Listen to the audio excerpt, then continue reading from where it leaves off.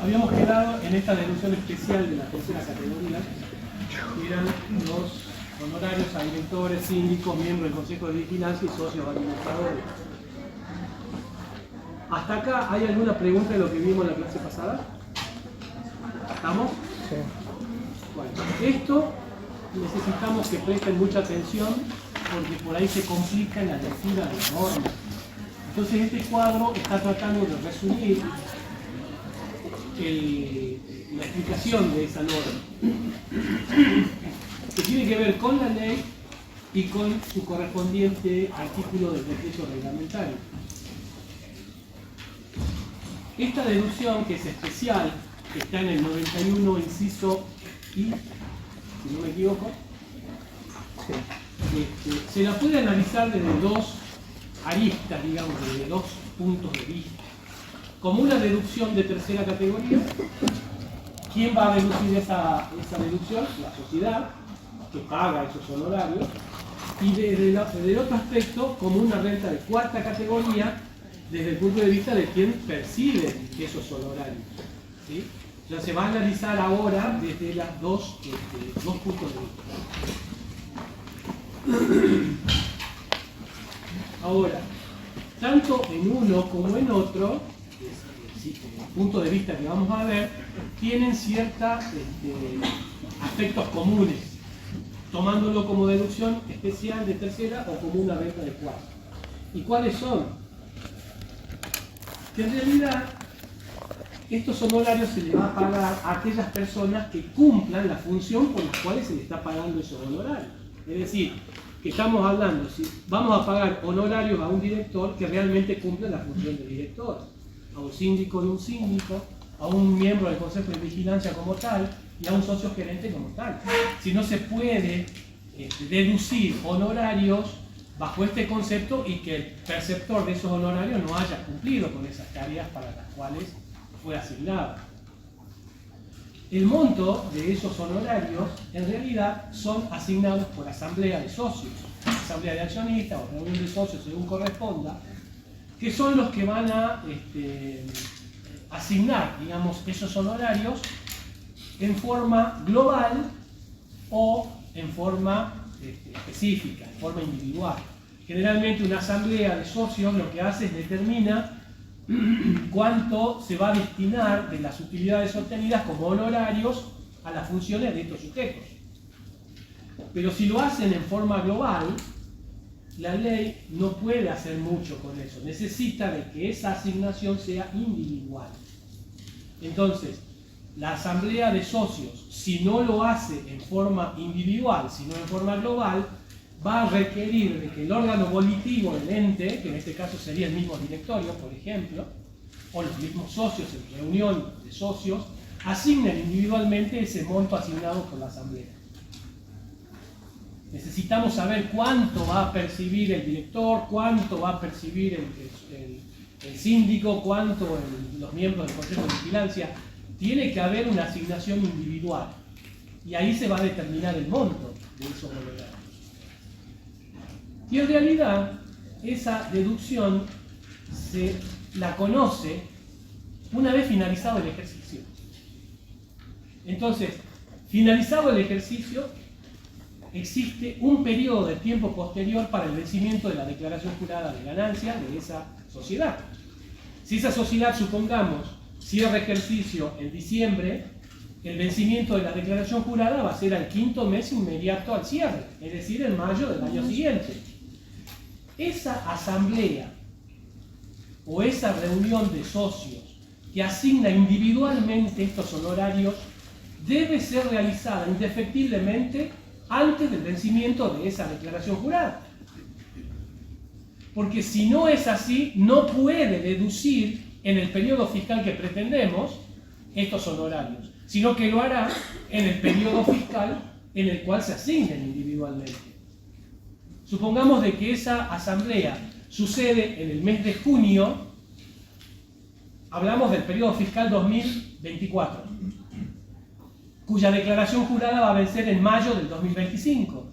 Si la asamblea asigna honorarios individualmente, o por ejemplo, asignó globalmente en enero, del 2025, pero no asignó individualmente, sino que lo hace en junio del 2025, no puede pretender deducir estos honorarios para el periodo fiscal 2024, sino que lo deberá hacer en el 2025.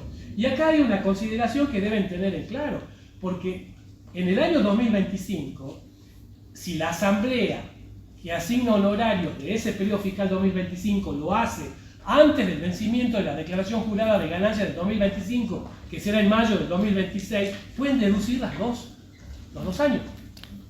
¿Se entiende esto? Entonces, ¿por qué? Porque la ley me dice, solamente vas a poder deducir en la medida que la asignación de honorarios sea en forma individual y antes del vencimiento de la declaración jurada. Si eso no sucede, podrás deducirlo en el periodo fiscal en el cual se asigne. ¿Sí? Y esto también tiene que ver con planificación fiscal. Porque a lo mejor me conviene no deducir este año, pero sí el año que viene, porque voy a deducir el doble. Todas son opciones que me permite la ley. Por otro lado, también sabemos de que estos honorarios, si bien son asignados al final del periodo, es muy regular que estos sujetos, estos beneficiarios, vayan percibiendo durante el periodo anticipos de esos honorarios. ¿Y qué puede suceder ahí?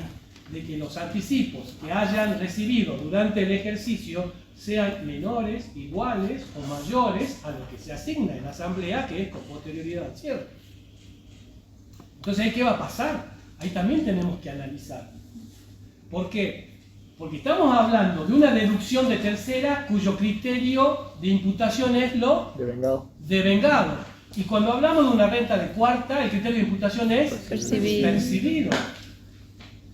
Sin embargo, el socio, o mejor dicho, el director, ha ido percibiendo anticipos a cuenta de estos honorarios que no han sido asignados todavía. Pero la ley, en este aspecto, dice, cuando se trate de rentas de cuarta categoría, cambia el criterio. Ya no es el percibido, sino aquel en donde efectivamente se demuestre la deducción del honorario por la parte de la sociedad. Pues yo les decía en la clase pasada, ustedes siempre tengan presente esto: lo que la sociedad no paga, lo va a pagar el socio. El Estado nunca se queda sin cobrar. Eso también tiene que ver con una planificación fiscal. Entonces, y por otro lado, como les digo, utilizarlo como una herramienta de planificación fiscal implicaría que de repente yo pueda, supongamos, el periodo fiscal 2024, cuya declaración jurada vence en mayo del 2025, hago una asignación individual en el periodo fiscal 2025, porque está de enero a mayo. Si lo hago ahí, la sociedad va a poder deducir periodo fiscal 2024 y el socio recién va a poder imputar como ganancia en el 2025, porque es ahí donde se asignaron. Se va entendiendo esto de las imputaciones y lo que me permite la ley hacer. ¿Sí? Entonces, como les decía ahí, yo tengo como deducción de tercera solamente los sujetos encuadrados en el 73, inciso A, que son las sociedades de capital, pueden hacer uso de esta deducción. Los fideicomisos, los fondos comunes de inversión, y solamente los establecimientos pertenecientes a beneficiarios del exterior son los que no pueden utilizar esta deducción. Y se va a entender como retribuciones a los que perciban los directores, gerentes, socios y no socios, miembros del Consejo de Vigilancia, etc., pero por las funciones que ellos realicen como tal. Si se les está pagando honorarios por otra cosa que no sea esa función, no es un concepto deducible. ¿Sí? Pero estos, el director, los gerentes, los socios, los no socios y miembros del Consejo de Vigilancia, los honorarios que van a percibir y a los efectos de la deducción como de tercera categoría van a tener límites de computabilidad, a diferencia de lo que sucede con el síndico. el síndico no tiene límite, se puede deducir la totalidad del honorario que percibe el síndico, en concepto de honorarios, y que cumpla la función de síndico. Pero entonces, estos que tienen límites, la ley habla de dos límites. Un límite es 12.500 por cada perceptor. O sea, en el periodo fiscal, yo quiero determinar cuánto es lo que voy a deducir en concepto de honorarios para directores, síndicos, miembros del Consejo de Vigilancia y socios administradores. La ley me dice, tenés dos límites, de los cuales vas a elegir el mayor. Uno de esos límites es 12.500 por cada perceptor. Y el otro es el 25% de la utilidad contable. Pero así dicho, pareciera fácil. No es directa esa mención del 25% de la utilidad contable. Porque la ley me dice, es el 25% de la utilidad contable, pero después de determinar el impuesto, de acuerdo a como dice la ley. Entonces como que se transforma en una referencia circular. O sea, no se sabe qué es en realidad lo que debe hacer. Entonces lo que vamos a tratar de hacer es encontrar a través de una fórmula cómo llegamos a ese 25% de la utilidad contable, que la vamos a ver ahora, y les voy a demostrar cómo esa fórmula me lleva directamente a obtener el 25% de la utilidad contable, que es uno de los límites. Si esa fórmula aplicada me da un importe mayor que 12.500 pesos, entonces elegiré el 25%. Si es al revés, elegiré los 12.500 por cada perceptor. También la ley dice que esos 12.500 se incrementarán en un 40% si ese director, ese síndico, ese miembro del Consejo de Vigilancia es mujer. Y si es travesti, transexual o transgénero, se eleva a un 60%. ¿Sí? Eso es lo que dice. Ahora bien, de esos dos límites que tengo, siempre tengo que tener en cuenta lo que se asigna. Supongamos que se asigna 10.000 pesos de honorarios. No puedo utilizar como límite o como uno de los límites los 12.500, porque los 12.500 superan a los 10.000 que fueron asignados. Entonces serán los 10.000 pesos porque lo asignado.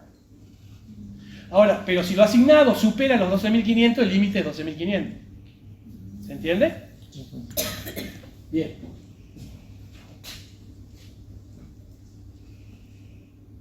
El síndico no tiene límite, se deduce totalmente. ¿Sí? Ahora, ¿qué pasa si estos sujetos, al percibir estos honorarios, superan, porque acá lo que dice, disposición de fondos, figura del interés presunto? ¿Por qué? Porque puede haber situaciones en que lo que ellos fueron percibiendo superaron a los honorarios que la sociedad está deduciendo. Es decir, que lo que va a deducir la sociedad no puede superar lo asignado, en definitiva. Pero el socio pudo haber percibido más que lo asignado. Si eso llegase a suceder, entra a jugar la figura del interés presunto, es decir, disposición de fondos a favor del tercero que no es el interés de la sociedad. Y eso denota un dinero que la sociedad debería, o presume que debería haber percibido intereses. ¿Sí? Obtiene una ganancia, tendrá que declarar una ganancia como consecuencia de esos intereses. Dice, en el supuesto que existieran adelantos a cuenta de honorarios, el monto que exceda los asignados tipifica el supuesto de fondos dispuestos a favor del tercero que no han sido realizados en interés de la empresa. Así dice la ley. Esos son intereses presuntos.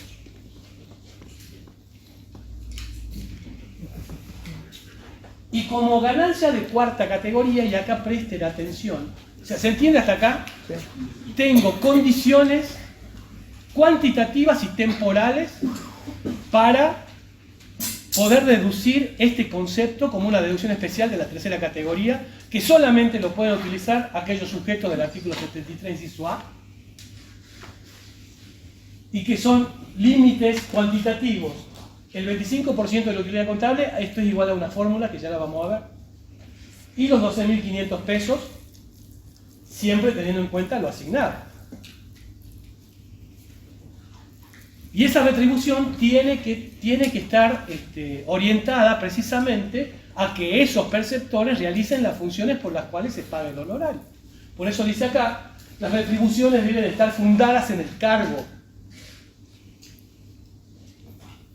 Y para poder deducirla en el periodo fiscal que uno pretende, deberían haber sido asignadas individualmente antes del vencimiento de la declaración jurada del periodo fiscal en el cual quiero deducir esos honorarios. Hasta ahí vamos. ¿Qué pasa cuando quiero analizar el otro aspecto, como una renta de cuarta categoría? Estos perceptores, cualquiera sea, ya sea director, socio, síndico, etcétera, miembro del Consejo de Vigilancia, lo que la sociedad deduce, que puede ser los 12.500 o el 25% de la utilidad contable, para el socio es ganancia gravada, de cuarta categoría. Y la va a imputar al periodo fiscal en el cual se asignaron individualmente. Por eso les decía, puede ser de que el socio haya venido percibiendo esos honorarios como anticipo durante el ejercicio fiscal, pero resulta que fueron asignadas en otro periodo fiscal posterior. Entonces, por eso solamente va a imputar al periodo fiscal en el cual se asignaron, que no necesariamente es el periodo fiscal en el cual se percibieron. Por eso rompe el criterio de lo percibido en este caso. ¿Estamos?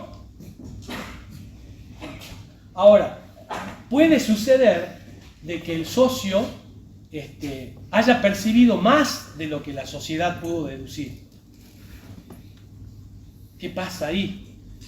Ahí la ley establece ciertos requisitos o ciertos límites al tratamiento de este excedente.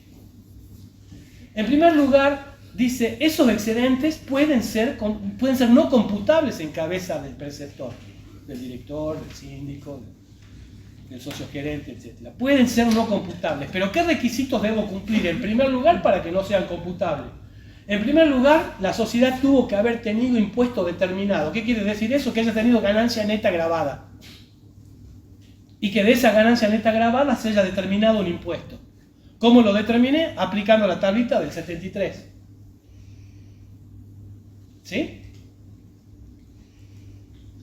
Primer requisito, entonces, que la sociedad que dedujo haya tenido impuesto determinado, haya tenido ganancia neta gravada, ganancia neta sujeta a impuesto.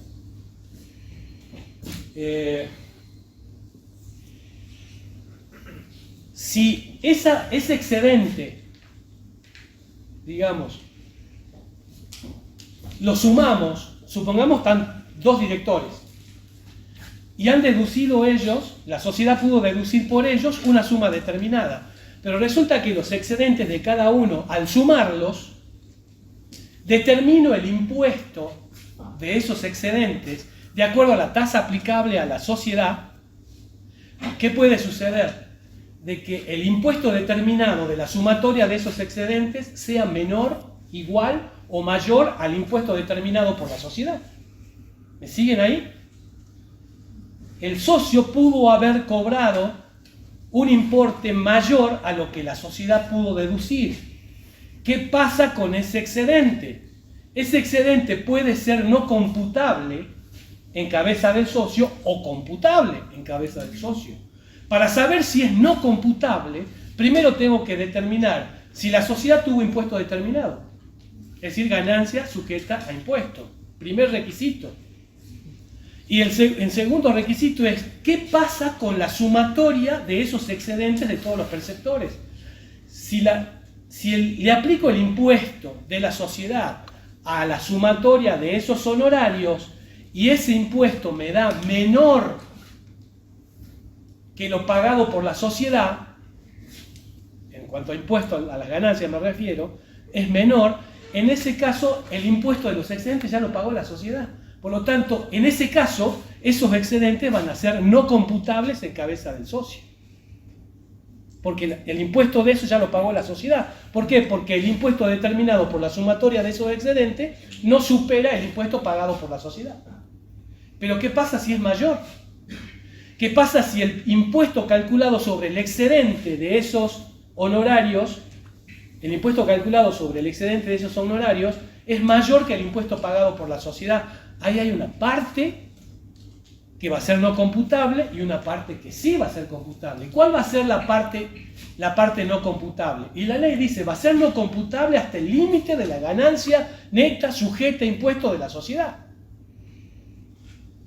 Porque hasta ese límite la sociedad pagó el impuesto de ese excedente, pero lo que está por encima no. Entonces, lo que está por encima va a estar grabado para el perceptor en su declaración jurada individual como una renta de cuarta categoría. ¿Se entiende esto? Sí.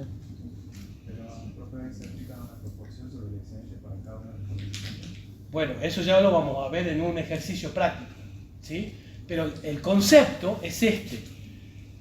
Como una renta de la cuarta categoría, primero tengo que ver si el socio ha percibido más de lo que la sociedad pudo deducir.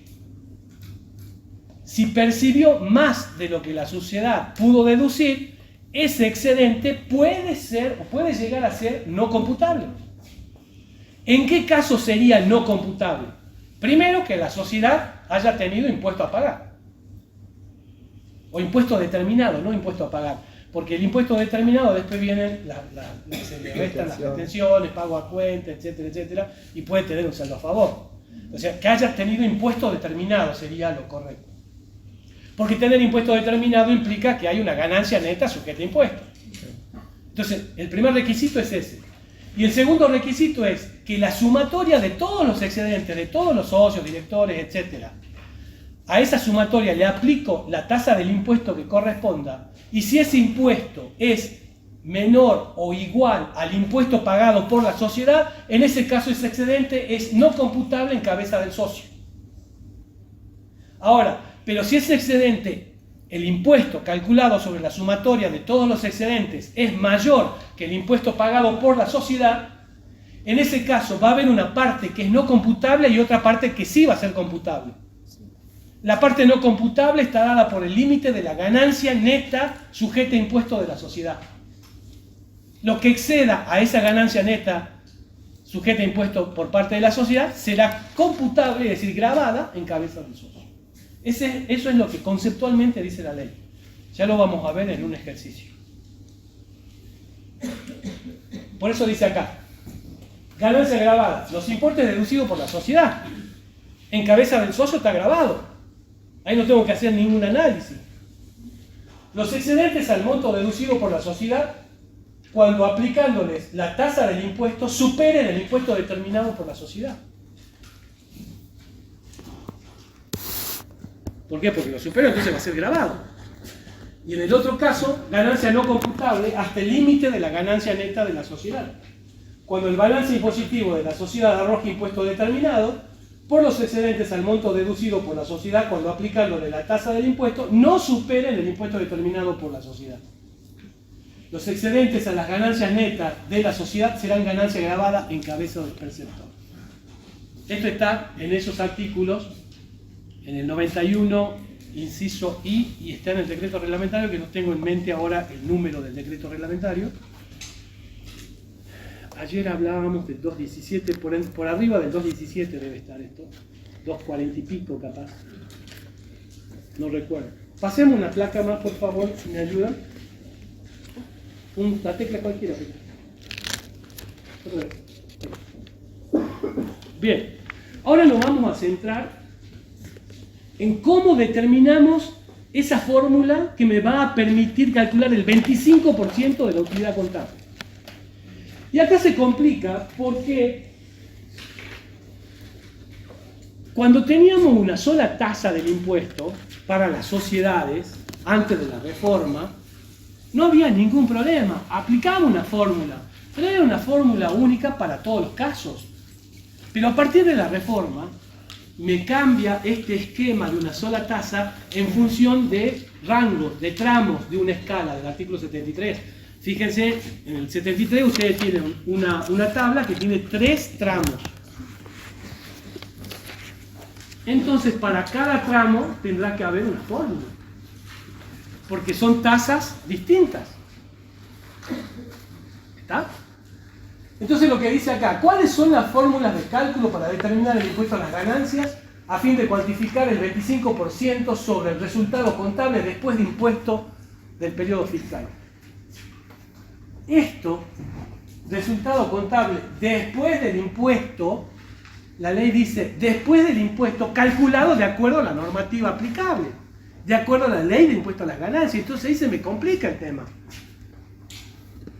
Porque tengo que hacer ajustes al resultado contable. Yo les dije a ustedes, yo parto de un resultado contable y trato de llegar a un resultado impositivo. En el medio hay ajustes que pueden sumar o pueden restar al resultado contable. Entonces tengo que hacer eso. Entonces cuando yo tenga un resultado contable y voy haciendo los ajustes, lo que tengo que dejar para el último son los honorarios. Siempre lo dejo para el final. Porque esa fórmula requiere que utilice la utilidad impositiva, que ya vamos a ver, que es aquella utilidad contable ajustada impositivamente, pero sin considerar los honorarios. Porque a los honorarios los voy a calcular con una fórmula. Y una vez que calcule esos honorarios, voy a determinar un resultado impositivo sujeto a impuesto. Que calculo el impuesto y ahí tengo el impuesto calculado de acuerdo a lo que dice la ley. Entonces voy a hacer el resultado contable menos ese impuesto, voy a tener un resultado contable después de impuesto y a eso recién le aplico el 25%. Ahora lo vamos a ver en un ejemplo para que se entienda mejor. Pero entonces dice, el 73 determina 3 tramos para el cálculo del impuesto, por lo tanto es necesario encontrar 3 fórmulas para cuantificar el límite del 25%. Una fórmula para el tramo 1, para el tramo 2 y para el tramo 3. Para poder realizar el cálculo tenemos entonces 2 incógnitas. La utilidad después de detraer los honorarios deducibles y el impuesto determinado. Como les digo, yo tengo que partir de un resultado contable para llegar a un resultado impositivo. Voy haciendo ajustes. El último ajuste que voy a dejar para el final, o el único ajuste que voy a dejar para el final, es el de honorarios a directores, síndicos y miembros del Consejo de Vigilancia. Una vez que haya hecho todos los ajustes, recién me aboco al cálculo de esta deducción especial. Y acá vamos a tener, dice, para poder realizar el cálculo tenemos entonces 2 incógnitas. La utilidad después de detraer los honorarios deducibles y el impuesto determinado. En función de ello existe una fórmula que simplifica el cálculo en el cual tengo estas variables.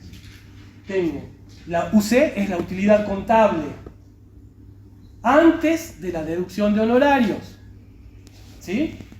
E impuesto a las ganancias.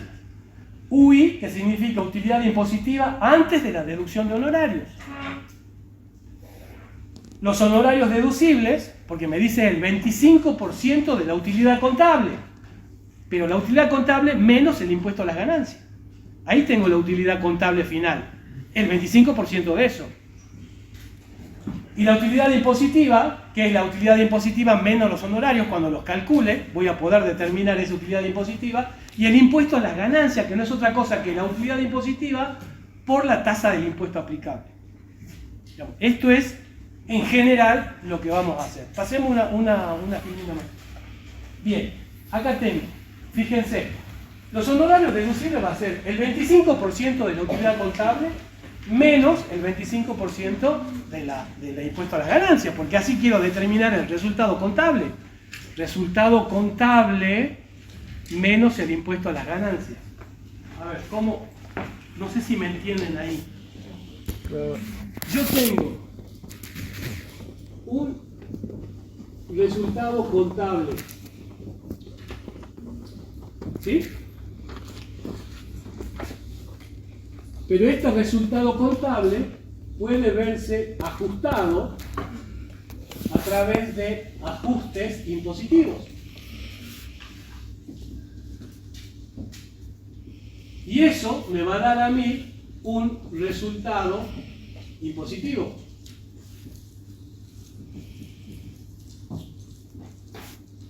¿Sí? Pero este resultado impositivo que me da es antes de los honorarios. Es sin considerar los honorarios a directores. Tengo todos los ajustes acá. Digamos, este resultado contable es UC, es la utilidad contable. Este sería la utilidad impositiva. ¿Sí? Si yo a este resultado impositivo le aplico la tasa del impuesto, ¿qué voy a tener? El impuesto a las ganancias. ¿Me van siguiendo? Pero si yo quiero tener la utilidad contable después del impuesto, ¿qué va a ser? Este resultado contable menos este impuesto a las ganancias. Pero este resultado contable, no este. Porque eso es lo que voy a poner en el balance. El resultado contable menos el impuesto a las ganancias, calculado de acuerdo a lo que me dice la ley. ¿Está bien? Entonces, si es la utilidad contable menos el impuesto a las ganancias, como me dice allá, el 25% de eso será el honorario deducible. Pero es más complejo que eso todavía. Ahora vamos a ver. Pero como al calcular el honorario deducible se modifica la ganancia y por lo tanto el impuesto, ¿sí?, se debe arribar a una metodología que permita calcular el mismo de modo tal que al conocer el límite máximo que termine con el problema. Entonces la fórmula quedaría definida de esta manera. Tengo para el primer tramo que requiere una tasa del impuesto del 25%. Si ustedes ven el artículo 73, el primer tramo requiere de un 25% del impuesto. Para ese tramo yo digo, el 25% de la utilidad contable menos el 25% de la utilidad impositiva. Si yo multiplico 0,25, que es el 25%, por la tasa, que es el 25%, me da 0,0625. O sea, 0,25 por 0,25. ¿Lo ven? Y esto de abajo lo vamos a tomar porque es la diferencia de ese cálculo del 25% de la tasa disminuido del 1% o del 100%, digamos. Y eso me da 1 menos este valor, que es el 25% del impuesto. Si yo reemplazo todo eso, voy a tener el 25% de la utilidad contable, que sería esta, menos 0,0625, porque ahí es el 0,25 por 0,25 de la utilidad impositiva, y si hago 1 menos esto, me da 0,9375. Entonces, si yo me voy a fijar esa sumatoria de los excedentes, que ya vamos a ver después, vamos a aplicar esta fórmula para determinar el 25% de la utilidad contable y veo cuánto es el honorario a deducir. Y ahí después entraré a comparar. Para el segundo tramo la tasa cambia. La tasa ya no es del 25%, es del 30%. ¿Sí? La fórmula sigue siendo la misma, nada más que voy reemplazando. Es el 25% de la utilidad contable menos, estamos hablando del 25% del 30%. Eso me da 0,075% por la utilidad impositiva. Sobre 1 menos ese 0,075. Si reemplazo me da el 25% de la utilidad contable menos el 25% de la tasa por la utilidad impositiva. Sobre 0,925. Entonces, esta fórmula es la que voy a utilizar cuando sea aplicable la tasa del 30%. Y para el tercer tramo, que es la tasa del 35%, hago lo mismo. El 25% de la utilidad contable menos 0,0875, que es el 25% de los 35. Por la utilidad impositiva menos 1 menos ese coeficiente. Si reemplazo es el 25% de la utilidad contable menos 0,0875 por la utilidad impositiva dividido 0,9125. No traten de entenderla ni de razonarla a esta fórmula. Esa fórmula siempre va a ser así. Y si a mí me agregan un tramo más en donde la tasa será distinta, ya sé cómo hacer el cálculo de esa fórmula. Porque lo único que tengo que hacer es reemplazar el 25% por la tasa del impuesto. Si a mí me dicen, a partir de ahora va a tener una tasa del impuesto del 20%, ¿qué haré? 0,25 por la utilidad contable menos 0,25 por 20%. el 20%. Me va a dar este coeficiente de acá arriba. Y a ese mismo coeficiente le resto 1, o sea, a 1 le resto ese coeficiente como denominador. Y así me pueden dar cualquier tasa y yo la voy a poder determinar con este razonamiento. ¿Hasta ahí me siguen? ¿Todos? ¿Al fondo? ¿Sí? Pasemos una plaquita más, por favor. Bueno, acá está la tabla del 73. Fíjense, el primer tramo, 25, segundo 30, tercero 35. Si yo voy a ver la tasa, el impuesto, la base imponible del impuesto, en qué tramo se encuentra, voy a poder aplicar esa tabla. Para esta, una fórmula, para esta otra fórmula, para esta otra fórmula. Profe, ¿esa tablita de dónde la puedo sacar, digamos? Porque en esta separata no está lo mismo número y en la que está la ley subida al aula tampoco. Es que la ley no te da esto. Por Esto eso. es mucha lectura, digamos, nada más. No, la ley, ni el decreto, ni nada. ¿Ah? Solamente doctrina te va a dar esto. O sea, ustedes tienen acceso a REPAR. ¿Sí o no? ¿Sabían eso o no? Vamos. Porque Yo intenté, pero no pude, digamos. ¿no le has pedido la clave a la gente del sistema? No. Tenés que ir a pedirle a ellos. Ah. Tienen una clave para poder ingresar. Ustedes tendrían que ir al departamento informático, a Daniel Montañez, deberían pedirle la clave de acceso. Entonces le van a dar una computadora en el gabinete, donde están las computadoras. Y ahí tienen que entrar a la página de REPAR y le va a pedir usuario y clave. Ustedes tienen que introducir ahí el usuario y la clave y van a tener acceso a REPAR. Y también hay de la ley. Ustedes ingresan ahí y pueden buscar lo que quieran de materia impositiva. De hecho, nosotros, el material que sacamos para darles a ustedes de ahí. Entonces, vayan ahí, es en el único lugar donde vos vas a conseguir cómo se obtiene la fórmula. Pero es esto que te estoy diciendo. Cuando vos vayas y busques eso, te van a decir esto. No, claro, profe, yo digo los tramos, los importes de esos tramos no son lo mismo que yo tengo en esta separata. ¿Por qué? Porque seguramente la que vos tenés es la del 2022. Es la de febrero, está actualizada hasta febrero de este año. Bueno, esto está actualizado a partir de julio de este año. ¿Y la que está en el aula? De julio de este año. Ah, porque yo Porque también la que tiene el aula, tenés una que es hasta del 2022 en adelante, pero la ley que dice esta se actualizará por IPC. Los números no coinciden tampoco, digamos, como que se actualizó. Porque, por eso digo, porque no tiene esa tabla porque dice que tenés que actualizarla. Yo te la estoy dando actualizada. Ah, ¿Sí? sí, sí. La que te dice la ley te da la del 2022, pero abajito te dice esta debe actualizarse por IPC. Claro. ¿La tabla sí? Esa. No hay problema, ¿sí? Ok.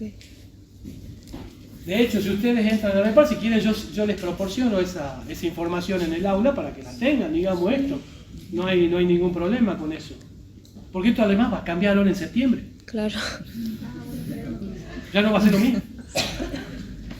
Es decir, conceptualmente va a seguir siendo igual, nada más que los importes van a cambiar. Bien, esta es la tabla.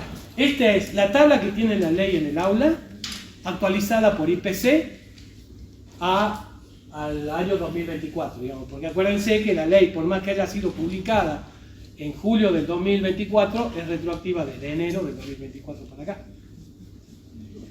Bien, pasemos una platita más. Bueno, acá veamos estos tres ejemplos. Acá estén atentos y vean cómo funciona y se van a aplicar las tres fórmulas. Supongamos esta situación 1. El resultado contable es 2 millones. No vamos a entrar a ver los ajustes impositivos ni nada de eso. Acá directamente vamos a los bifes. El resultado contable, 2 millones de pesos. El resultado impositivo, 2 millones y medio. ¿Sí? Después vamos a volver a esta planita. Pasemos una. Bien. Esta es la situación 1. Si yo aplico la fórmula, estamos viendo de obtener el 25% de la utilidad contable para ver uno de los límites de deducción, el 25% de la utilidad contable. No pierdan de vista eso. Entonces, si yo aplico la fórmula esta, que es el tramo 1 para una tasa del 25%, ¿por qué? Porque los 2 millones están en el primer tramo. ¿Lo ven? Están en el primer tramo. Entonces aplico la fórmula del 25%. Y reemplazo, digo, 0,25 es el 25%, por la utilidad contable, que eran los 2 millones, menos el 0,0625, que era el coeficiente de la primera fórmula, por los 2 millones y medio, que era la utilidad impositiva. Todo eso dividido 0,9375. Aplico esa fórmula, ¿sí? Que me da esto como numerador y esto, me da 366.667,67. Ustedes revisen el cálculo si está bien o está mal. Entonces, si yo hago esta fórmula, el 25% de la utilidad contable es 366.667,67. ¿Sí? Ahora, yo quiero saber si eso es correcto. Y tengo una forma de comprobar que sea lo correcto. ¿Y cómo es? Digo, ¿cuánto es el resultado impositivo? 2.500.000. ¿Cuánto es el honorario que voy a elegir, el mayor entre el 25% o los 12.500? Supongamos que el 25%, porque estamos en eso. El 25%. ¿El 25% cuánto era? 366.666. Se lo resto a la utilidad impositiva y tengo un resultado impositivo final, que es 2.133.333.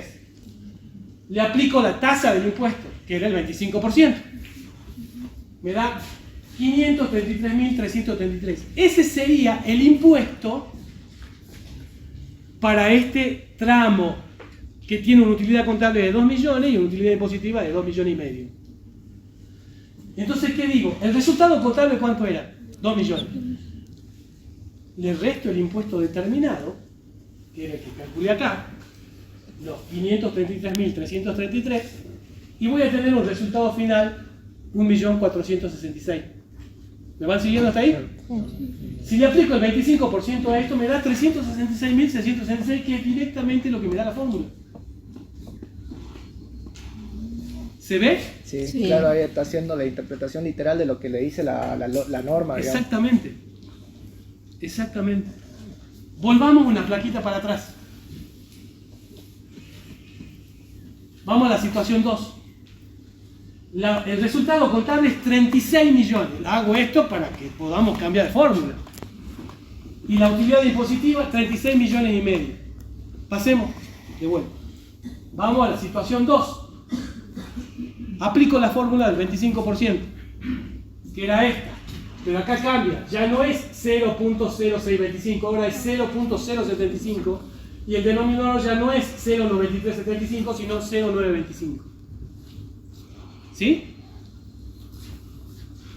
Reemplazo y voy a tener, o sea, lo único que tengo que hacer es reemplazar los datos.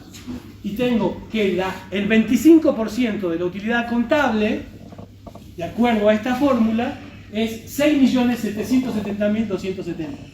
Sube mucho porque estamos de 2 millones, pasamos a 30 y pico de millones. Bien, vamos a la comprobación exactamente igual. Utilidad impositiva, 36 millones y medio. La deducción de honorarios, suponemos que eso es lo que vamos a deducir, que es el 25%, los 6.700.000. Resultado final, 29.729.000. Aplico la tasa del impuesto, que en este caso es el 30%, porque estamos en ese tramo.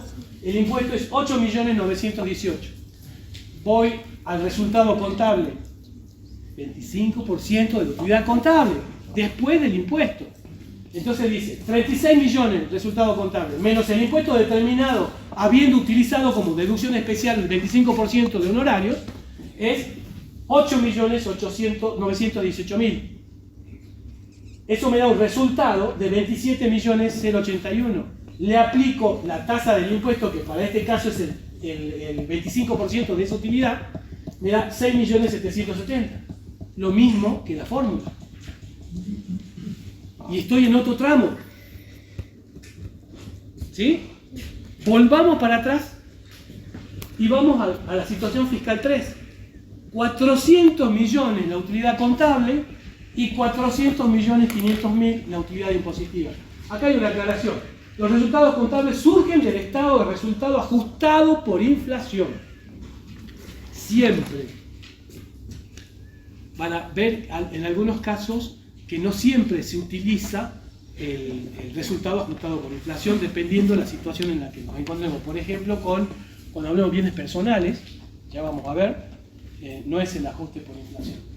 Después dice, la sociedad cuenta con 2 directores, a los cuales a través del acta de asamblea de accionistas se le asignó individualmente a cada uno 400.000 pesos por retribuciones de servicio antes del vencimiento de la declaración jurada total asignada. Dato anecdótico, porque no lo estoy utilizando a eso. Eso en todo caso lo utilizaré cuando analice cuarta categoría. Entonces, resultado contable 400, resultado impositivo 400.500.000. Avancemos, uno más. Acá está la situación 3. Lo mismo, la fórmula va a cambiar en función de estos dos coeficientes. ¿Sí? Este va a ser el 25% ahora del 35%. 0,25 por 0,35 me da eso. Y abajo tengo 0,99125. Reemplazo y la fórmula me da directamente el 25% de la utilidad contable. En este caso es 71.184.000. Hago la comprobación. La utilidad impositiva era 400.500.000 menos los honorarios aplicados por la fórmula, me da un resultado final de 329 millones, a los cuales le aplico el impuesto del 35%, me da 115.260.000. Bueno, pero a mí me dice el 25% de la utilidad contable. Entonces digo, la utilidad contable ¿cuánto era? 400 millones. El impuesto determinado, de acuerdo a mi papel de trabajo, es 115 millones. Por lo tanto, el resultado final contable va a ser 284 millones. Le aplico el 25%, me da 71.184.000, lo mismo que la fórmula. ¿Está claro? Sí.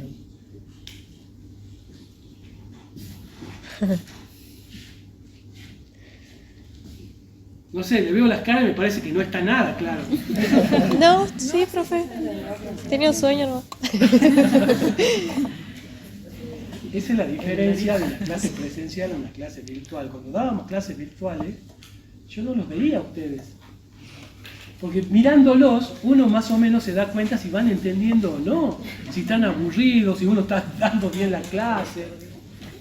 Y en realidad, yo cuando daba las clases virtuales, me cansaba más que dando una clase presencial. Quizá la interacción te juega a favor para el que está dando la clase, y calculo que para ustedes también, que estar frente a una computadora escuchando, y capaz que en forma monótona. Pero bueno. Profe, Sí. a mí me quedaron dudas con lo de los 12.000, o sea, lo que comparaba. Porque ahora usamos el supuesto de los 25. Ahora vamos a ver un ejemplo. Porque no, está bien, no, está buena la pregunta. ¿Por qué? Porque hasta ahora hemos analizado el 25% de la utilidad contable. Es uno de los límites. El otro límite es el 12.500. Y de los dos hay que elegir el mayor. Hay que ver cuánto me da en función de los datos que tenga, si el 25% es mayor o no que 12.500. Le aseguro que siempre va a ser mayor, que estamos hablando de 12.500 y nada. Y no lo actualizaron. Pasemos una más. Acá está. Acá está el ejemplo y con esto vamos a responder tu pregunta. Ejemplo práctico para honorarios como rentas de la cuarta categoría. En realidad no estamos yendo a la cuarta categoría, pero lo que ella me pregunta sigue siendo una deducción de tercera lo que pregunta. ¿Qué pasa con los 12.500? Bueno, si yo quiero deducir honorarios a directores, miembros del Consejo de Vigilancia y socios administradores, excepto síndicos, tienen los dos límites, 12.500 o el 25% de la utilidad contable obtenido a través de la fórmula que acabamos de ver. De ambos límites yo tengo que elegir el mayor. Y ahí se acabó los 12.500. Salvo que lo asignado sea menor que 12.500. En ese caso, los 12.500 se transforman en lo asignado. ¿Sí? Si lo asignado es mayor que 12.500, es hasta 12.500. Si es menor de 12.500, lo asignado. Y lo voy a comparar con el 25% de la utilidad contable, el que me da la fórmula. Y de los dos elijo el mayor. ¿Va? Ahora vamos a ver cuarta. Después hay un ejemplo que ve las dos cosas. Vean, utilidad contable antes del impuesto a la ganancia, 1.500.000. Y esto, vuelvo a decir, ustedes en la realidad, suponiendo de que no van a ser los contadores de la empresa, sino que son auditores o asesores impositivos que van a ir a liquidar el impuesto, si el contador de la empresa le da el balance, o sea, los estados contables le va a dar, y ese estado contable ya tiene calculado el impuesto, ustedes lo tienen que despreciar al impuesto ese. Lo tienen que eliminar, porque no saben cómo está calculado. No necesariamente el contador es especialista en tributación. Pero no quiere decir que haya hecho mal el balance. No, no, no. Yo lo que quiero, como auditor impositivo, lo que quiero ver es si realmente ese es el impuesto calculado correctamente. Entonces elimino ese impuesto. Por eso acá me dice utilidad contable antes del impuesto a la ganancia. Si a mí me dan un resultado contable con impuesto a la ganancia incluido, ¿qué voy a hacer? Se lo voy a sumar para eliminarlo. Y sobre ese valor recién voy a empezar a ajustar las cosas que merezcan ajuste. ¿Estamos? Por eso dice utilidad contable antes del impuesto a la ganancia. 1,5 millones. Utilidad impositiva antes de honorario. Digo antes porque ya acá hubieron ajustes que no vienen al caso ahora. 1.200.000. Antes de honorarios. Por eso les digo, la última deducción que tienen que analizar es la de honorarios a directores. La última, la dejan para el final. Los límites. 25% de la utilidad contable según el tramo, y esto es una afirmación que yo hago que no puede ser refutada, la van a tener que considerar como tal, porque si no, no vamos a entender el ejemplo. Lo que quiero es que se entienda el ejemplo y no que me critiquen el cálculo. Entonces, 308 es el 25% de la utilidad contable, por la aplicación de fórmulas. ¿Sí? 12.500 por cada perceptor y tenemos dos directores. Dos directores, 12.500 por 2, los 25.000. La sociedad deduce el mayor de los dos. ¿Cuánto deduce? Los 308. Entonces digo, ¿cuál es la ganancia neta impositiva de la sociedad? Van a ser el 1.200.000 menos los 308. Los 308 es honorarios a directores. Y el 1.200.000 era la utilidad impositiva. Eso me da 891.892. Bien. Vamos al primer supuesto. Los honorarios asignados son para el socio A 150.000 y para el socio B 150.000. ¿Sí? Total asignado 300.000. ¿Qué pudo haber pasado? Que la asamblea haya asignado en forma global honorarios por 300.000. Eso dijo. No hay una asignación individual. Si la asamblea no hizo esa asignación individual, el directorio lo debe hacer antes del vencimiento de la declaración jurada. Y eso se hizo, ya sea por la asamblea o por el órgano volitivo antes del vencimiento de la declaración jurada. Y esa asignación era 150 y 150. ¿Sí? Bien. La sociedad solo puede deducir 300. ¿Por qué? Porque lo asignado es 300. Yo les dije, tengamos en cuenta lo asignado. Ella, el 25% es 308. Pero lo asignado es 300. Entonces no puede deducir más allá de lo asignado. Entonces deduce 300.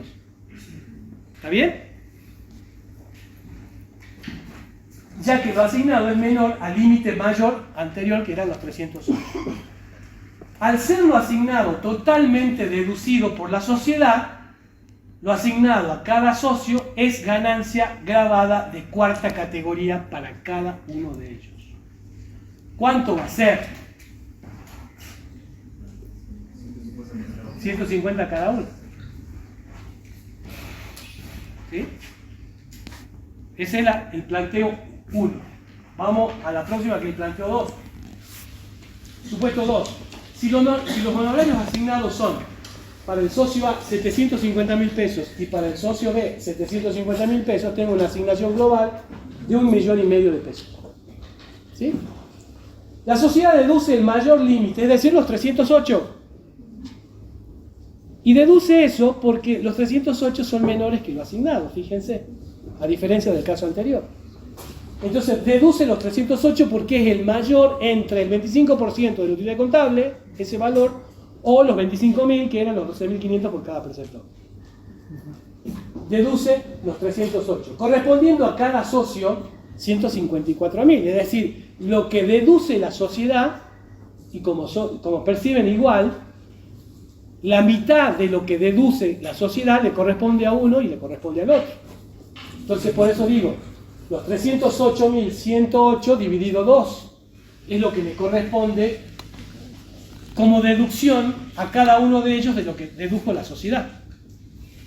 La sociedad pudo deducir 308, pero la mitad le corresponde a un socio y la otra mitad al otro socio. Ese sería ganancia grabada para cada uno. Sí. Entonces dice, el excedente entre lo asignado y lo deducido por la sociedad, el 1.191.000 surge del 1,5 millones lo asignado, menos lo que la sociedad dedujo. Yo les dije, ¿cómo vamos a analizar si el excedente está grabado o no está grabado en cabeza del socio? Bueno, acá se está produciendo un excedente. Y el excedente es 1.191.892. ¿Por qué? Porque lo asignado fue 1,5 millones global, menos lo que la sociedad pudo deducir, 308. 1.191.892. Correspondiendo a cada socio la mitad. Es decir, 595.000. ¿Hasta ahí vamos? Sí. Para saber si estos excedentes tendrán el tratamiento de no computables para los socios, debe hacerse la siguiente comparación. ¿Cuál es la base imponible de la sociedad?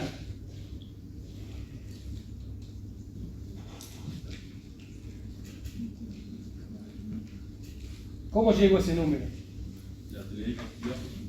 Claro, porque dice, para saber si ese excedente, que son el 1.191.000, que le correspondería 595.000 pesos a cada uno, ¿cómo determino que ese excedente va a ser grabado o no en cabeza del socio? Entonces hago la comparación. ¿Cuál es la base imponible de la sociedad? Esto era la base imponible después de calcular los honorarios a directores y miembros del Consejo de Vigilancia. Si retrocedemos la placa, vamos a encontrar ese número. Retrocedamos un poquito.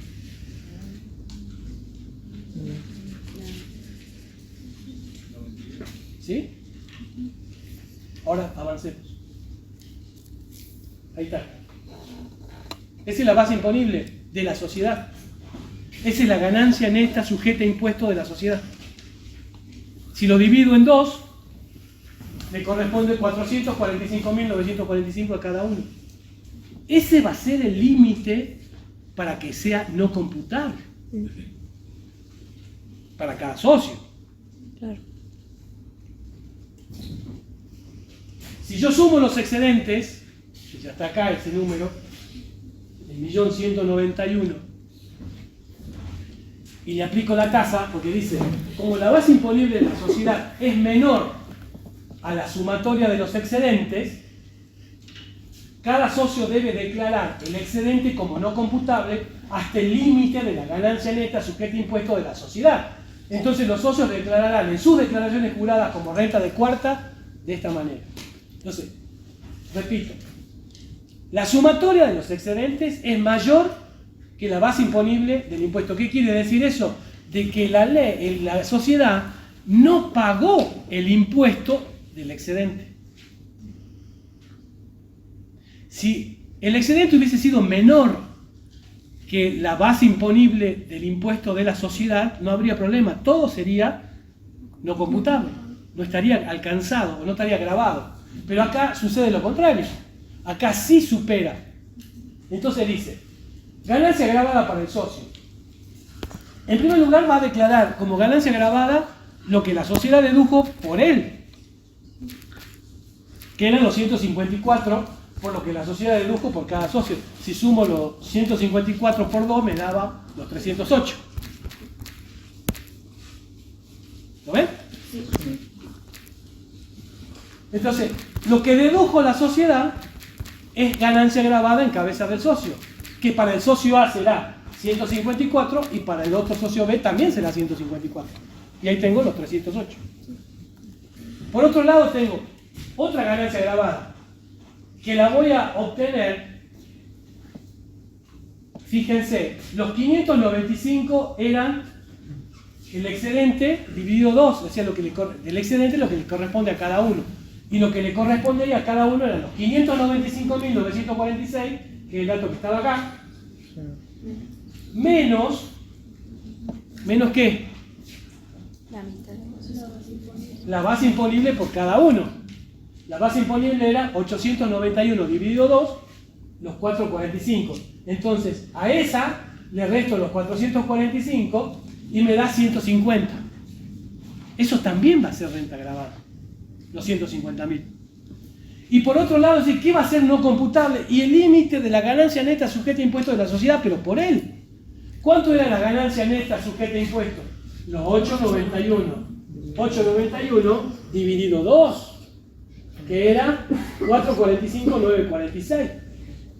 Si yo sumo los 154 que es ganancia grabada, más los 150 que también es ganancia grabada por el excedente, y los 445 como no computable, me da los 750 que es lo asignado. ¿Se entiende? Sí. ¿Preguntas? No. Está clarito como el agua. Sí.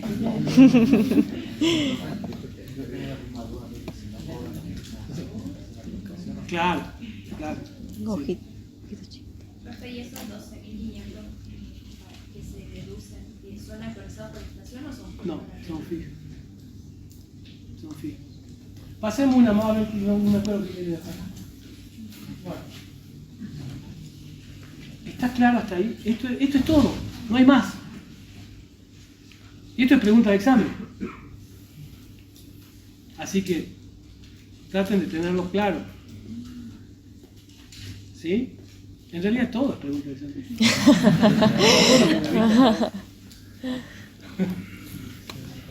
Yo para hacerlo asustar, ¿no? Bueno, y hay otras deducciones más de la tercera categoría.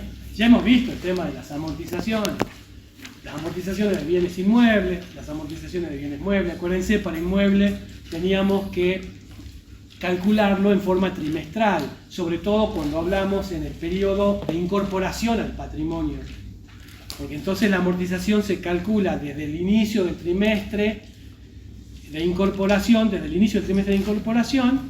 y había que transformar la tasa del 2% a trimestre, que era el 0,5%. Pero ya en el segundo periodo no hace falta calcularlo por trimestre, ya directamente aplico el 2%.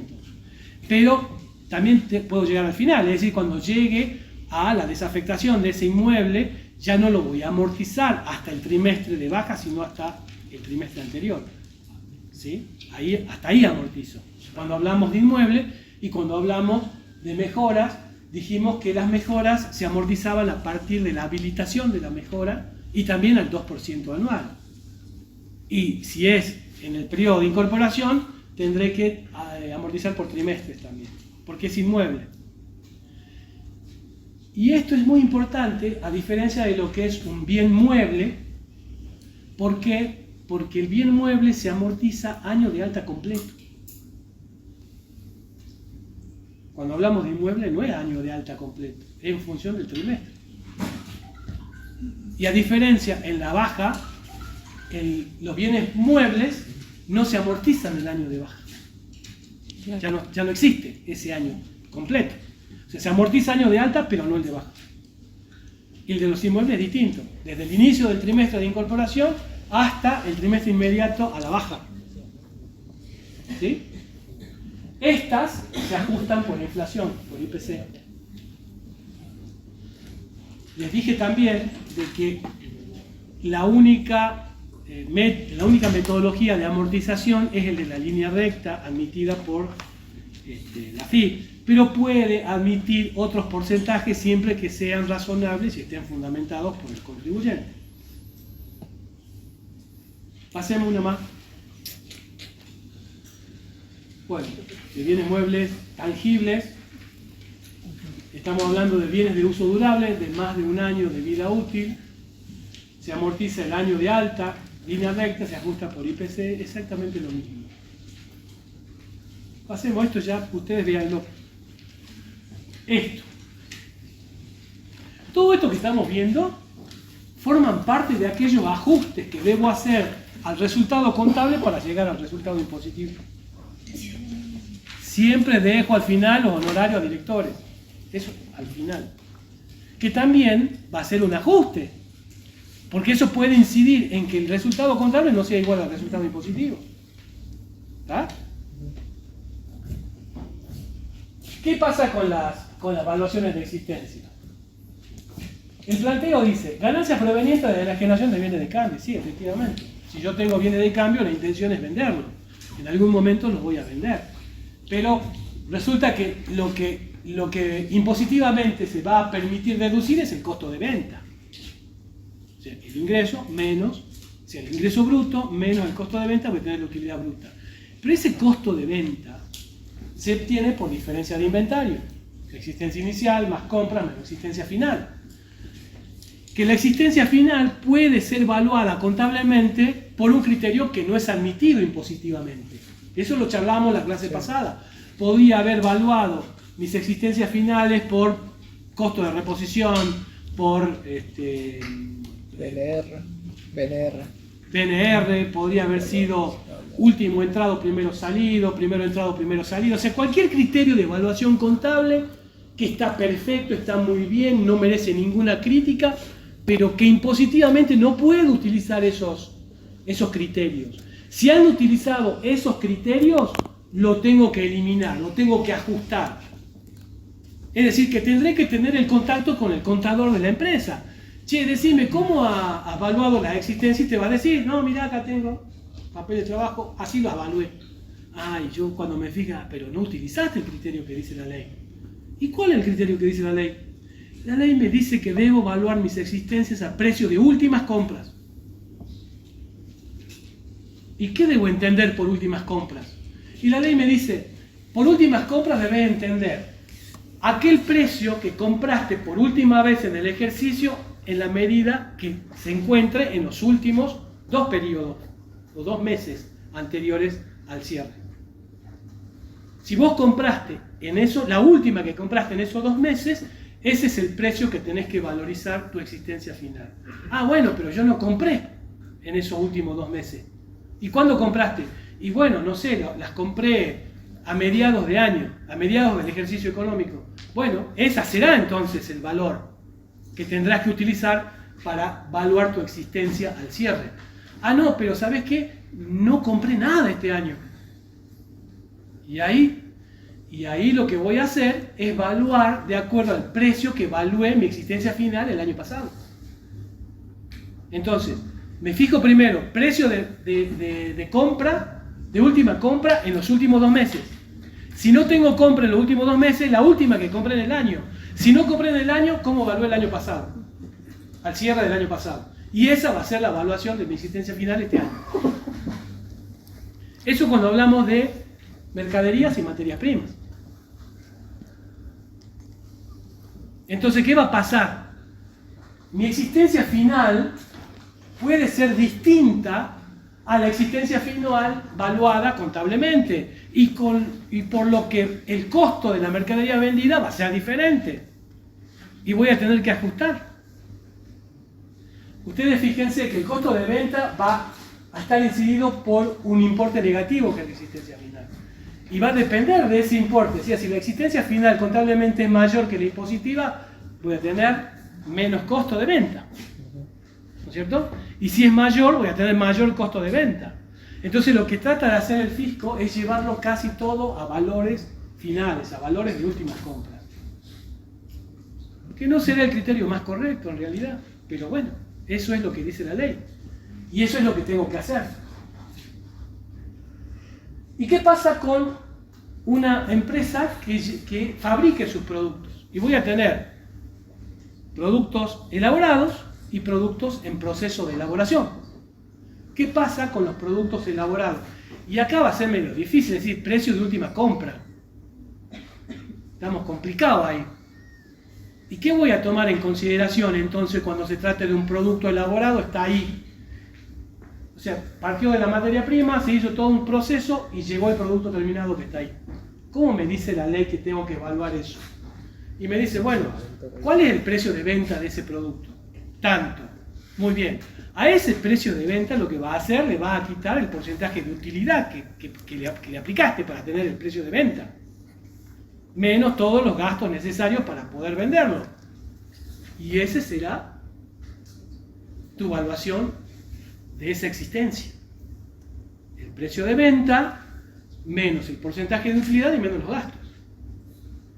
Eso va a ser el precio o la evaluación de mi existencia final de un producto elaborado. Sí, pero también tengo productos que están en proceso de elaboración. No está terminado. ¿Cómo hago ahí? Bueno, lo mismo. Al precio de venta del producto, ese llega un momento en que va a estar terminado. Bueno, cuando esté terminado, ¿cuál va a ser el precio de venta de ese producto? Le quito el porcentaje de utilidad, le quito los gastos y tengo el precio como si fuera elaborado. Pero a ese precio le aplico el porcentaje de terminación o de acabado que tenga el producto elaborado. ¿Se entiende? Sí. Y así tengo la evaluación de mi existencia de un producto en proceso de elaboración.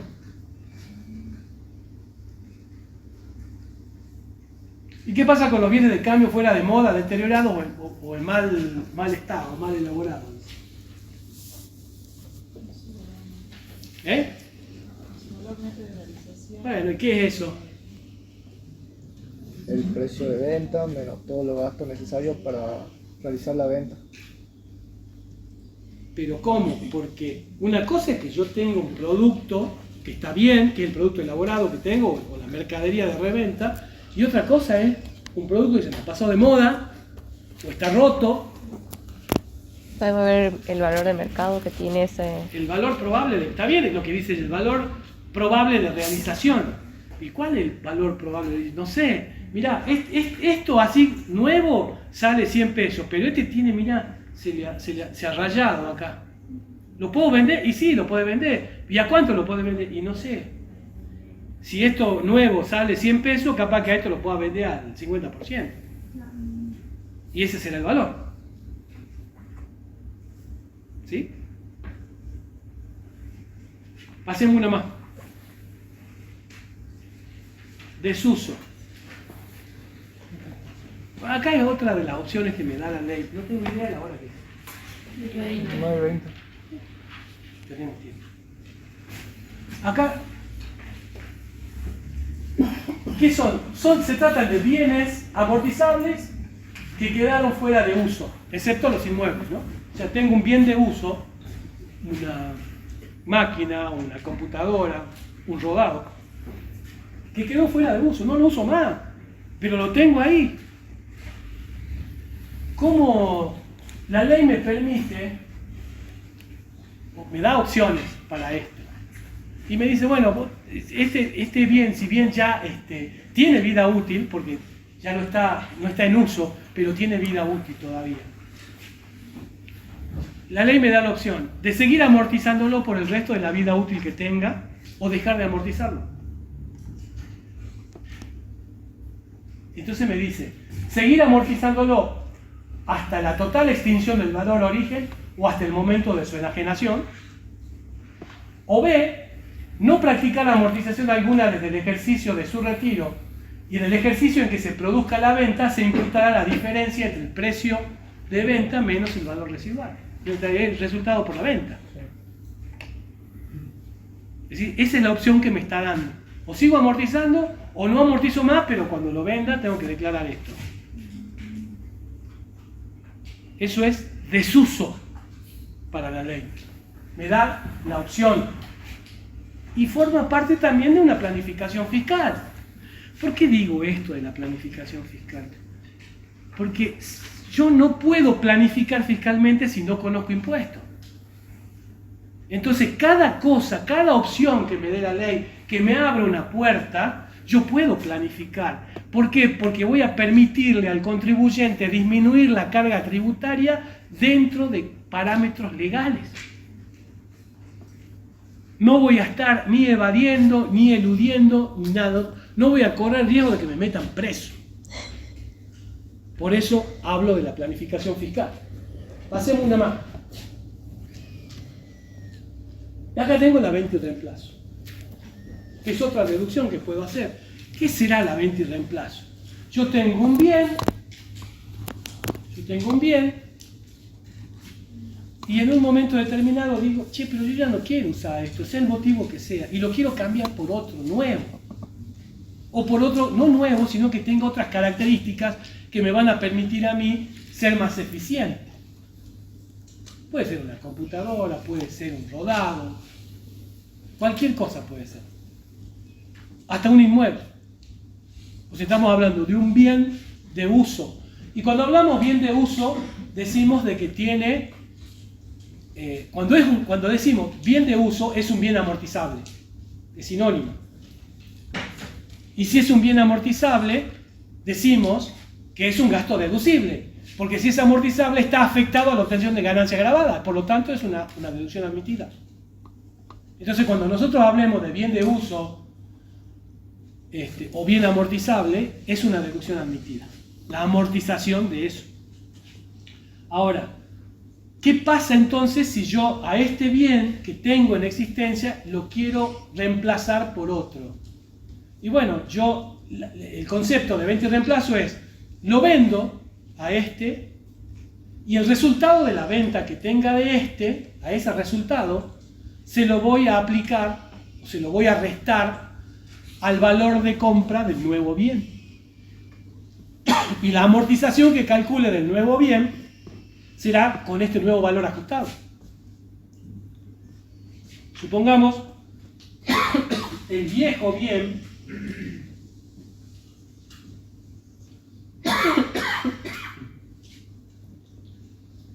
tengo un precio de venta de 1.000 pesos. Pero ese mismo bien tiene un valor residual de 800 pesos. ¿Qué quiere decir? Que voy a tener un resultado por la venta de ¿cuánto? 200 pesos. Estos 200 pesos lo voy a considerar cuando compre el nuevo bien. Supongamos que el precio de compra del nuevo bien sean 5.000 pesos. A esa compra le voy a restar el resultado por la venta del viejo bien, que era 200, y me quedan en 4.800. ¿Sí? Entonces la amortización de este nuevo bien lo voy a calcular sobre 4.800 y no sobre 5.000. Eso quiere decir venta y reemplazo, o rollover. Pero también es una opción, porque me dice, esto quedó en desuso, aplica aquello que era el desuso. O seguí amortizando hasta la extinción del bien, o dejá de amortizar y cuando lo vendas declarás la ganancia correspondiente. O podés aplicar el resultado por la venta de ese viejo bien al costo de adquisición del nuevo bien que lo está reemplazando, y su amortización la calculás con este nuevo valor, que no va a ser más alto, va a ser menor porque está aplicando el resultado por la venta del viejo bien. ¿Y cuál es la ventaja de esto? Dependiendo de cuánto tengo por la venta, digamos. Está bien, pero tenés resultado por la venta. Claro, pero si es poco, me conviene declarar como ganancia, ¿no? ejemplo. ¿Y si es mucho? Y ahí me complica. ¿No? ¿Por qué te va a complicar? O sea, hay que imputar ganancias. No, si es mucho el resultado de la venta del viejo bien, ¿por qué te convendría más hacer uso de la opción que la otra alternativa que me decís? Yo tengo un resultado de venta menor Para no pagar tanto impuesto. para no pagar tanto impuesto. En un caso, si bien no voy a declarar una ganancia por el resultado de la venta del bien, pero también es cierto, por otro lado, no voy a mandar a gasto una amortización que podría haberla calculado sobre un costo mayor, porque está reducida. ¿Se entiende? Sí. Pero son opciones. Y yo tendré que elegir la opción. ¿Cuál me convenga más? De nuevo, planificación fiscal. ¿Estamos?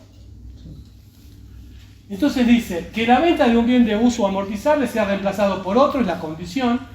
La opción es imputar la ganancia al estado de resultado por la venta del viejo bien o afectar la ganancia al costo del nuevo bien. Cuando ambas operaciones, compra y venta, se efectúen dentro del plazo de un año. Esa es una condición excluyente. Si entre la compra del nuevo bien y la venta del viejo bien hay más de un año, no puedo hacer uso de la opción. Tiene que estar dentro de... No digo dentro del año calendario, ni del eje... Dentro de un año. O sea, que no hayan habido 12 meses. O no haya superado los 12 meses. Entre la compra y la venta, o al revés. Que haya vendido primero y comprado después, o que haya comprado primero y vendido después, o vender primero y después comprar. No importa. Entre la compra y la venta, o venta y compra, no haya habido un plazo mayor a 12 meses. Condición excluyente, eso.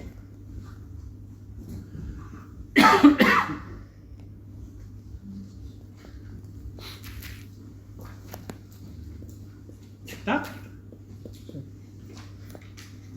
Después dice, la figura de desuso y venta y reemplazo pueden aplicarse también a los contribuyentes que obtengan ganancias de la cuarta categoría, en tanto los bienes estén alcanzados por el impuesto. O sea, esto no es exclusivo de la tercera categoría. Si bien está analizado como una deducción especial de tercera categoría, la venta y reemplazo y desuso, también es una deducción que podrían utilizar los sujetos que obtengan rentas de la cuarta, un profesional, por ejemplo. ¿Sí? Hacemos una más. Eso es todo. Ya me estaba quedando sin... Bueno, con esto terminamos tercero. Queda por ver deducciones. ¿Sí? Es un poco rebobinar lo que vimos en la clase de cuarta categoría cuando analizamos el régimen retentivo, pero esto lo vamos a hacer ya en la anual, en una declaración jurada anual. ¿Sí? Falta ver variación de justificaciones patrimoniales, tema re importante.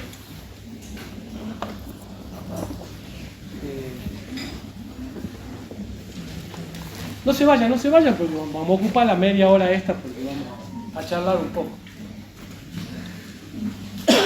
¿O tienen algo más importante que estar acá conmigo? No contesten.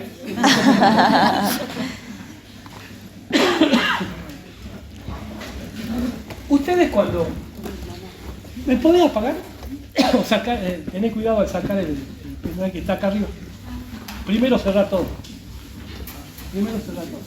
Y con escape salir de acá.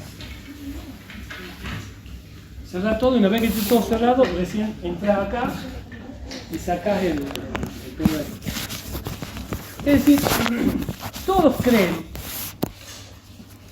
de que determinar el impuesto de una persona humana es todo.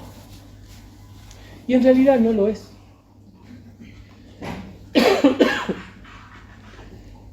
¿Qué les dije yo a ustedes? Aquel principio de la tributación que tiene que ver con la creación de impuestos. Había algo re importante que teníamos que considerar. ¿Y qué era qué cosa? ¿Cómo? Más importante que eso. La doble imposición. Tampoco. Más importante. La legalidad. Más importante. Algo que está por encima de todos esos principios. La autodeterminación. No, eso no es principio. La La proporcionalidad. capacidad contributiva. ¿Quién lo dijo? Vos. Eso es re importante, la capacidad contributiva. ¿Y cómo se manifestaba la capacidad contributiva en un impuesto como ganancia? Por el consumo. ¿No? Por la renta. Por la renta. La renta es la manifestación de la capacidad contributiva en el impuesto a las ganancias. Entonces, determinar un impuesto no es solo eso, sino que tiene que haber coherencia y razonabilidad entre el impuesto determinado y la capacidad contributiva del contribuyente.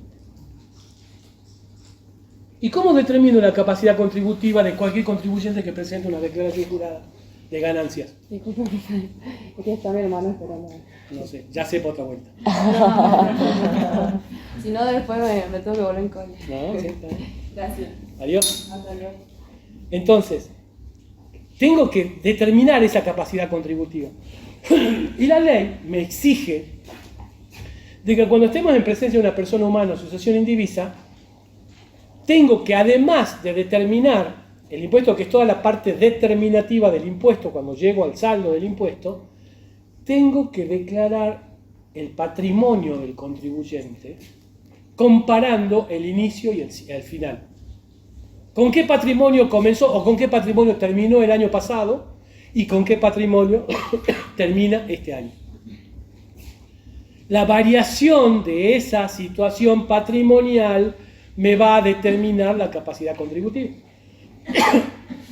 Por lo tanto, si yo, con la intención de que el contribuyente pague menos impuestos, he mentido, ya sea no declarando ingresos o declarando deducciones que no corresponden, con el único objetivo de pagar menos impuestos, que no estaría planificando, sino que estaría evadiendo o eludiendo, en el mejor de los casos. Pero resulta que cuando llego al final, cuando tengo que hacer la comparación de ese patrimonio del contribuyente, me dice, porque además esos dos patrimonios me van a permitir calcular lo que se denomina un monto consumido, el consumo que tuvo ese contribuyente en ese periodo fiscal que le ha dado lugar a esa determinación impositiva, no se condice con la capacidad contributiva real de él. ¿Por qué? Porque los números me indican, por ejemplo, que el consumo que tuvo ese contribuyente es, supongamos a valores de hoy, 100.000 pesos al año. Los números de la declaración jurada me indican que la capacidad contributiva de ese contribuyente es de 100.000 pesos al año. Pero resulta que ese contribuyente viajaba al exterior 3 veces al año. Tenía 4 hijos estudiando en el exterior. Tenía 5 casas. ¿Quién va a creer de que ese contribuyente que pagó nada de impuestos tiene un monto consumido de 100.000? Nadie. ¿Y sabes cómo los tengo a los agentes fiscales verificando esa declaración jurada? Como mosca a la leche. En realidad es eso. Entonces, no es solo determinar el impuesto, tengo que analizar también esto otro, que forma parte de la declaración jurada y que se debe presentar y se debe determinar. Si bien ese monto consumido que le digo se calcula por diferencia, tiene que haber respaldo con la realidad. ¿Y cómo comparo con la realidad? Consumo con tarjeta de crédito. Demostrable. El fisco puede pedirle al banco que le diga, che, a ver, este contribuyente, ¿cuál es el consumo de tarjeta de crédito que tiene el año? Es tanto. El banco no va a mentir. ¿Qué consumo tuvo con tarjetas de débito? Esto. A ver, che, los colegios, porque tengo chicos en la escuela y es privada, y los privados tienen la obligación de informar todos estos datos, y el fisco tiene acceso a esa información. Entonces, cuando en la comparación de la vida real de ese monto consumido que lo obtuve por diferencia, que surge de los datos de la declaración jurada, se contradice con la realidad, tengo que borrar todo y hacer todo de nuevo. porque algo no me está diciendo el cliente, me está mintiendo, y eso es un error que no sé cómo corregirlo, y eso tiene que ver con la educación tributaria en realidad. Yo lo que le digo a mis clientes es, esto es como el médico, vos me tenés que decir todo. Si no me decís todo, ¿cómo querés que yo haga las cosas? Porque ellos creen que si dicen todo, van a pagar más impuestos. A veces no.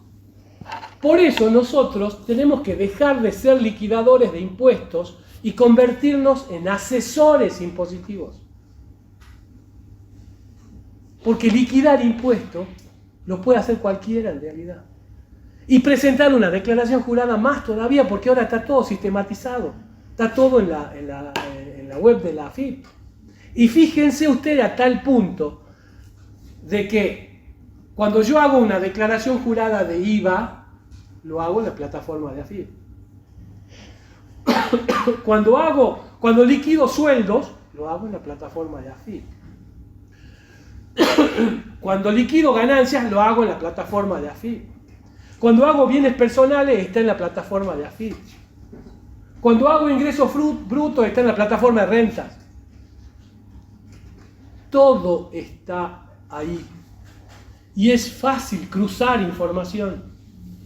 Entonces, si llega a pasar esto, que el cliente no dice lo que tiene que decir o no dice la verdad, y ustedes cometen el error de no ver la consistencia de esa declaración jurada, ustedes también están en riesgo al igual que el cliente, por la ley penal tributaria.